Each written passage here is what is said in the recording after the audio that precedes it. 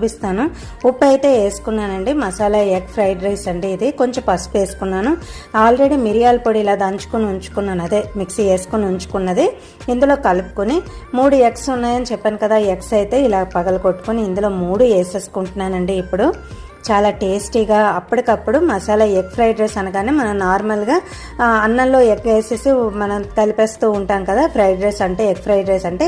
ఇది అలా కాకుండా ఫస్ట్ అయితే గుడ్డు ఉడకపెట్టుకోవడానికి ముందు ఈ మసాలాలు అంటే ఈ మిరియాల పొడి, నేను ఉప్పు పసుపు వేసుకున్నాను కదా, ఇలా బాగా మనం గిలక్కొట్టుకుని దీన్ని ఫస్ట్ అయితే మనం ఉడకపెట్టుకోవాలండి.